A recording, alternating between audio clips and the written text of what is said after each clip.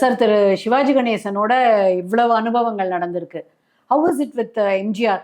Another delightful man. அவ்வளோதான் சொல்லணும். இது ஒவ்வொன்றும் ஆச்சரியமாக இருக்கும். எப்படி, அதாவது மறப்போம் மன்னிப்போம் எல்லாம் உண்டு. மறப்போம் மன்னிப்போம் பண்ணிட்டு கெடுதல் செஞ்சவனுக்கு நல்லது செய்வார். இன்சிடென்ட்ஸ் இருக்கு, வருஷ இன்சிடென்ட்ஸ் இருக்கு. I don't want to overdo things. நான் சொல்றேன். But at the same time நீங்க வந்து சும்மா படிச்சதையோ கேள்விப்பட்டதையோ சொல்லல. ஃபர்ஸ்ட் ஹேண்ட் நான் ஃபுல்லாக பேசுறது பூரா ஃபர்ஸ்ட் ஹேண்ட் இன்ஃபர்மேஷன். எம்ஜிஆர் வந்து ஒய்ஜிபிக்கு ரொம்ப ஃப்ரெண்ட். ஒரு நாளைக்கு ஒய்ஜிபியோட பேசிட்டு இருக்கும்போது ஃபோன் வருது எம்ஜிஆர்டேருந்து. பார்சாரதே, நான் சாயங்காலம் ஷூட்டிங் இன்னைக்கு சீக்கிரம் முடிஞ்சு கொடுத்து வீட்டுக்கு போய் குளிச்சுட்டு வரேன், அம்மாவை வெத்த குழம்பு வைக்க சொல்லுங்க, நான் சாப்பிட அங்கே வந்துடுறேன். அந்த அளவுக்கு ஃப்ரெண்ட்ஷிப் அவளுக்கு. சிவாஜியாக இருக்கட்டும் எம்ஜிஆர் இருக்கட்டும், ட்ராமாலேருந்து வந்தவங்க. ப்ரொஃபஷ்னல் ட்ராமாலையும் சின்ன வயசில் அடிபட்டு பாய்ஸ் கம்பெனிலாம் ஆக்ட் பண்ணி வெளியே வந்தவங்க. அவளுக்கு வேல்யூ ஆஃப் ட்ராமா தெரியும். என்னோட ஒரு பெரிய ஸ்டேஜ் ஆர்டிஸ்டோட ஒய்ஃப் ஆக்ட் பண்ணுறான், என் ஒய்ஃபை. அவர் சொல்கிறார், செட்டுக்கு வந்திருந்தார், இந்த பாரு நாளைக்கு ட்ராமா இருக்குது, அவர் ட்ராமா ஹஸ்பண்ட் அண்ட் ஒய்ஃப் போட்டுருக்க, நாளைக்கு நீ ஷூட்டிங் எடுங்க. டேரக்டர் சொல்கிறார், அப்படி இல்லைன்னா போயிடுங்கம்மா, நான் வேறு ஆர்டிஸ்ட் போட்டுக்கிறேன். So nobody was prepared to allow. வேற சிவாஜி கூப்பிட்டு கேட்குறாரு, என்ன ஏன் காலம்புற பேப்பரில் பார்த்தா ஒய்ஜிபி ட்ராமா போட்டு இங்கே என்ன உட்காந்துட்டுருக்கேன் சார், உங்களோட சீன் பண்ணிட்டுருக்கேன் சார். சீன் பண்ணால் மணி என்ன 5 சார், இன்னொரு ஷார்ட் இருக்குன்னு சொன்னான். டேரக்டரை கூப்பிட்டார், நான் 7 மணி வரைக்கும் இருக்கணும், நான் என் ஷார்ட்டை தள்ளிக்கா முடிச்சு அனுப்போனேன். அந்த மாதிரி த வேல்யூ ஆஃப் ஸ்டேஜ். என்ன பண்ணுவாள் ப்ரிசைட் பண்ணுறதுக்கு வரனா, எம்ஜிஆரும் சரி சிவாஜியும் சரி, அவள் 5 மணிக்கு க்ளோஸ் பண்ணுவாள் ஷூட்டிங்கை.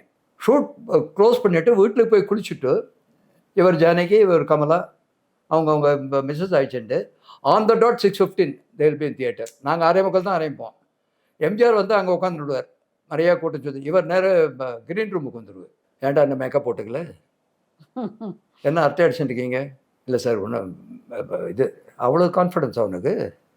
இப்படி, அதாவது as a very personal friend they use to behave. Frankly இப்போ வந்து எம்ஜிஆரை பற்றி எனக்கு அதிகமாக தெரியாது. ஷார்ட் ஃபைட் பண்ணுவார் நம்பியாரோட அப்படின்னு வீட்டில் இந்த ஈர்க்குச்சியில் விளையாடுன்னு இருக்காங்கலாம் பார்த்துட்டு இருப்பேன், அவ்வளோதானே தவிர. ஒய்ஜிபி ட்ரூப்பில் வந்தோன்னே அவர் ப்ரிசைட் பண்ணுறாரு, நானும் சோவும் ஆக்ட் பண்ணிகிட்டு இருக்கோம் ஸ்டேஜில், அண்டர் செக்ரட்டரி. அப்போ சோ சொல்கிறான், டே எம்ஜிஆர் அவர் நிறைய ட்ராமாலாம் பற்றி தெரியுமாடா அப்படின்னு கேட்குறாரு. போட நமக்கு தாத்தாடா அவர் எந்த காலத்துலேருந்து பண்ணிட்டு இருக்கார் அவர் ட்ராமா. நாங்கள் விஸ்பர், அதாவது ஒய்ஜிபி அண்ட் சந்தியா முன்னாடி பேசிகிட்டு இருக்கா, நானும் ஒன்று பின்னாடி பேசிட்டேன்.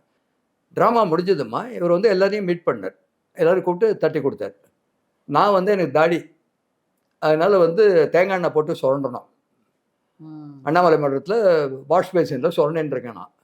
ஒருத்தர் ஓடி வந்தார், எம்ஜிஆர் ஸ்டேஜில் உங்களுக்காக வெயிட் பண்ணிட்டு இருக்காரு. ஃபர்ஸ்ட் டைம் நான் எவர் மெட் ஹிம் ஸ்டேஜில், நான் இந்த ரோலில் பார்த்துருக்கேன். எம்ஜிஆர் என்ன பார்க்கணுன்றாருன்னா, அப்புறம் ஒய்ஜிபி வந்துட்டார், ஏடாப்பா 10 நிமிஷம் வெயிட் பண்ணிட்டு இருக்கான், நீ என்ன பெரிய மனுஷனா அப்படின்னாரு. எனக்காக வெயிட் பண்ணால் நீங்கள் எப்படி சார் தெரியுதுன்னு, முதல்ல வாடா ராமச்சந்திரன் வெயிட் பண்ணிருக்காரு அப்படின்னா. சரி போனேன், நான் என்டர் பண்ணுறேம்மா, அவர் நின்றுட்டுருக்காரு. 2 ஸ்டெப் எடுத்து வச்சேன். அப்போ தான் சொன்னேன், கண்ணாடி கிடையாது. அவர் பார்த்த உடனே கை கால் ஆட ஆரம்பிச்சுட்டேன். கிட்ட நேர கிட்ட வந்தார், இந்த கையை இப்படி பிடிச்சிட்டார், இப்படி வச்சுட்டார். உங்களை பார்த்த உடனே என்னுடைய குரு ஞாபகம் வந்ததுன்னார். கையை கட கட கட கட கடன்னு ஆடுறது எனக்கு வேத்து போச்சு. என்ன சார் சொல்கிறீங்கன்னு. கேபி கேசவன் அவருக்கு ஒரு நாடக மேடை குரு. அவர் தான் சூட் போட்டால் அந்த காலத்தில் ரொம்ப நல்லா இருக்குமா.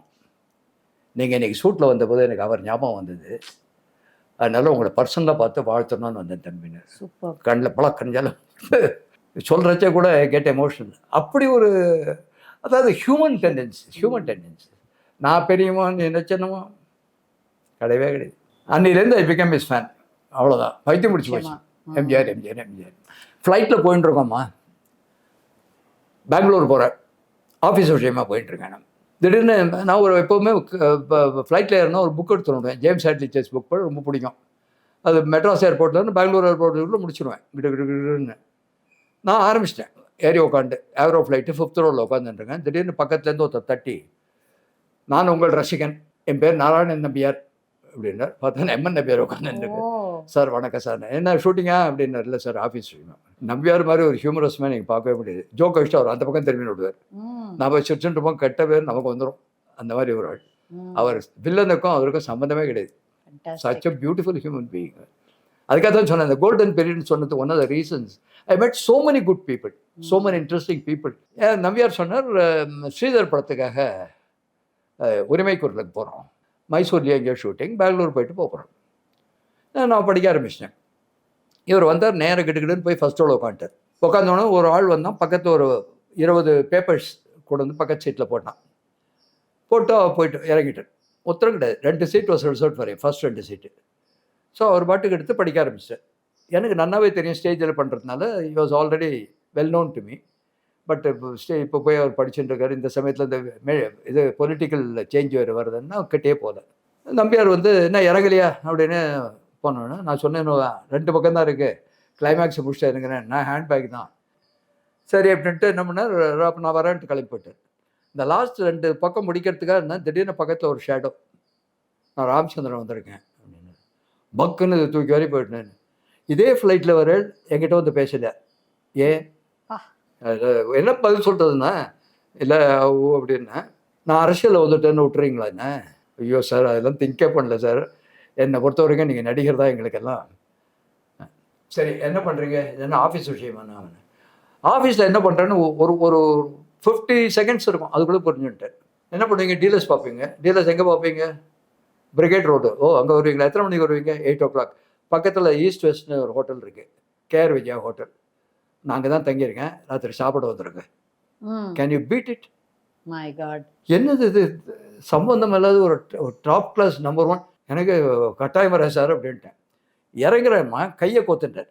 ராஜாராணி படியில் இறங்குவாங்க பாரு, அந்த மாதிரி என் கை கிட்ட. வெளில பார்க்குறோம் 5000 பேர். அவர் வராருன்னு தெரிஞ்சு நம்பியாரும் லதாவும் ஆல்ரெடி போயாச்சு, அதையும் பார்த்துட்டானுங்க. இவர் இன்னும் இறங்கலைன்னு வெயிட் பண்ணுறாங்க. இவர் ஆஸ் யூஷுவல் எல்லாம் போட்டார், கிடுக்கிடுன்னு வந்தார். அப்போ 8 மணிக்கு பார்ப்போம் அப்படின்னு காதில் சொன்னார். போய் அம்பாசிடர் கார்லேருந்து நம்ப மாட்டீங்க, 1.5 மணி நேரம் நான் ஏர்போர்ட்டை விட்டு வெளில வரத்துக்கு 5000 பேரும் வந்துட்டான். தங்கத்தலைவன் தொட்ட கை. என்ன சார் சொன்னாங்க? ஐயோ எப்படி சார் உங்கள் கையை கோத்துக்கிட்டு வந்தாங்க. அதாவது நம்ம லெவல் எங்கேயோ போடுது இன்னைக்கு, ஜஸ்ட் பை எ ஜெஸ்டர். அப்போ தான் இந்த மேன் என்ன கேரிஸ்மா. என்ன how are you different? என்ன பார்த்தாரு உங்கள்கிட்ட அவரு? ஒன் ஆஃப் த ரீசன்ஸ், இவர் என்ன சொல்லுவார், சிவாஜி படிச்சிருக்காண்டா நிறைய. ஒரு படத்தில் 2 பேரும் லாயர் ஆக்ட் பண்ணிட்டு இருக்கோம். அவருக்கு அசிஸ்டன்ட் டைரக்டர் வந்து அன்றைக்கி படிக்கிறான். சார் புதுசாக அந்த சீன் வந்திருக்கு. சரி அவர் டைலாக் படிச்சுட்டு இருக்காரு, நான் தனியாக அங்கே உட்காந்துட்டுருக்கேன், கோர்ட்ஸு. ஸோ அவர் உட்காந்து டைலாக் பார்த்துட்டு இருக்காரு, நம்ம கிட்ட போகக்கூடாதுன்னு உட்காந்துட்டு இருந்தேன். புதுசாக லா பாயிண்ட். அப்போ கூப்பிட்டு ஒன்று இழுக்கிறார். இழுத்து, ஏண்டா வேலை மறுக்கட்டு ஒரு லா படிச்சுட்டு ஆக்ட் பண்ணிட்டு இருக்கணும்னு நம்மளோட, அவனை போய் கேளுப்போ, சும்மா உட்காந்துட்டு இருக்கான். அந்த மாதிரி நம்மளை திடீர்னு தூக்கி விட்டுருவார். அவங்களுக்கு என்ன லாபம் அதில் சொல்லுங்க பார்க்கலாம். இன்றைக்கி வந்து நம்ம நல்ல வார்த்தை சொல்கிறதுக்கு கொஞ்சம் யோசிக்கிறோம். நம்ம ஒரு ப்ளே பார்க்குறோமா, it's okay, what do we achieve by that. எனக்கு அதுதான் டோட்டலி டிஃப்ரெண்ட்டாக தெரிஞ்சுது இவங்கள்ட்ட. எப்படி இந்த மாதிரி ஒன்றும் இல்லாத விஷயத்தெல்லாம் நம்மளை தூக்கி விடுறாரு. அண்ட் ஆக்ட் பண்ணால் இப்படியே பார்த்துட்டு பாருவேன். நான் ஆக்ட் பண்ணேன், பயமாக இருக்கும் என்ன சொல்ல போகிறாரோன்னு. நல்லா பண்ணால் முதல்ல ஒரு சொட்டு, இல்லைன்னா நல்லா இருக்கு சாஸ்திரி மாதிரி பேசினேன்னு சொல்லிட்டு போடுவார். ஸோ லவ்லி டைம், அதுக்காக சொன்னேன். ஸோ அன்றைக்கி ஈவினிங் ஐ வெண்ட், எம்ஜிஆரோட உட்காந்து சாப்பிட்டுட்டு 1.5 hours என்னுடைய லைஃப் எங்கே வேலை செய்கிறேன். ஆனால் அவருடைய மெமரி வந்து யானை, ஃபினாமினல் மெமரி. அது இன்சிடென்ட் சொல்லிட்டே போயிட்டு இருக்கணும். ஆனால் எம்ஜிஆர் இதுவாகிடும், அதுக்காக சொல்கிறேன். இப்போ இந்த ஃபினாமினல் மெமரி சொல்லும்போது உங்களே ஒரு கேள்வி கேட்குறேன். அட் 90 எவ்வளோ மென்டலி எஜைலா, எங்கே விட்டமோ பாதி ஆன்சர் அது கிளைக்கதைக்கு போச்சுன்னா திருப்பி அந்த விட்ட இடத்துல வரீங்களே, அது வாட் இஸ் த சீக்ரெட்? சீக்ரெட்டே ஒன்றும் கிடையாது. சோஃபார் ஞாபகம் இருக்குது, அவ்வளோதான் இருக்காச்சு. Maybe the mind is clear, put it that way. I'm able to stoke. And எனக்கு வந்து கொஞ்சம் ப்ராப்ளி சின்ன விஷயங்கள். எங்கள் அப்பா ஒரு விஷயம் சொல்கிறேம்மா, திடீர்னு அவருக்கு வந்து he was losing memory around 87 years. என் தங்க பேர் கூட மறைஞ்சு போச்சு அப்பாவுக்கு. அவள் பார்க்க வருவோம், வாங்க உட்காருங்க அப்படிம்பாரு. என்னது அப்பா இப்படி பண்ணுறாளுன்னு. அப்பாவுக்கு எஸ்ஜி கிட்டப்பான்னு ஒரு ஆக்டர் இருந்தால் தெரியுமா உங்களுக்கு, stage actor. He was the first super star on stage.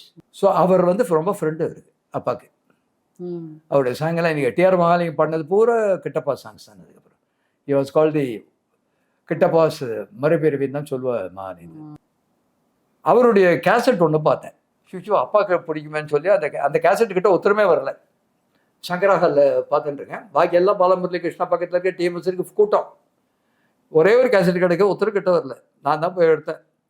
எடுத்துட்டு ஒரு டேப் ரெக்கார்ட் எடுத்துன்னு அப்பாட்ட போனேன். அப்பா அது மாதிரி Kittappa, you mean SC Kittappa அப்படின்னாரு. ஆமாம், போடுறா கேட்போம் அப்படின்னாரு. ஓ முணுமுணுத்துன்றது கூடவே தசரத ராஜகுமார, இது கோபியர் கொஞ்சம் ரமணா, இந்த ஃபேவரட் சாங்ஸ் முடிஞ்சதும்மா. திரும்பி பார்த்தாரு, முடிஞ்சுடுத்துப்பா, ஐ ஹோப் யூ என்ஜாய்ட் இட்னு. Poor fellow, he died on 2nd December 1933. The answer. He died on 2nd December 1933. I was shocked. Memory அதுக்கு சொல்கிறேன், ப்ராப்ளம் பிடிச்ச விஷயங்கள்னா அப்படியே நிற்கிறது போதும். நிச்சயமா.